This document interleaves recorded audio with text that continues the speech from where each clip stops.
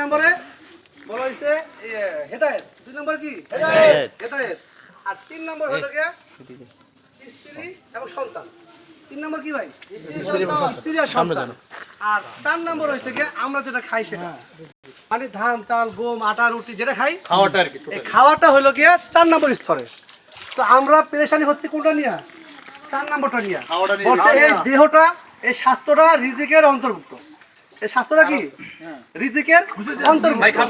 বলা হচ্ছে বিবি সন্তান এরাও কি আমার রিজিকের অন্তর্ভুক্ত, এবং আমার হেদায়েতটাও কি আমার রিজিকের অন্তর্ভুক্ত, এবং খাদ্য যেটা খাই আমরা এটাও কি আমার রিজিকের অন্তর্ভুক্ত।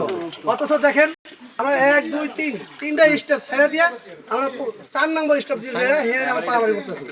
তো এই জন্য আমাদের স্বাস্থ্য আল্লাহ দিচ্ছে, এই স্বাস্থ্যের জন্য আল্লাহ সুবহানাহু ওয়া তাআলা বেশি থেকে বেশি শুকরিয়া আদায় করতে হবে।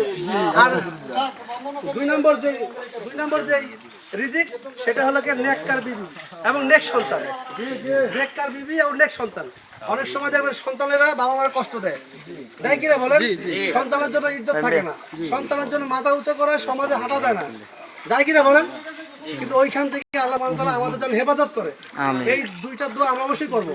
আর 3 নম্বর আমরা হেদায়েতের উপর চলাফেরা করবো তো ভাই ইনশাআল্লাহ।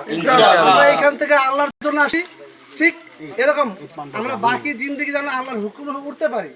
এই জন্য এখান থেকে যাই আমরা 5 ওয়াক্ত নামাজ সবাই ধর্ম তো ইনশাআল্লাহ। ইনশাআল্লাহ ভাই ধর্ম তো সবাই ইনশাআল্লাহ। ইনশাআল্লাহ 5 ওয়াক্ত নামাজ পড়বো তো ইনশাআল্লাহ।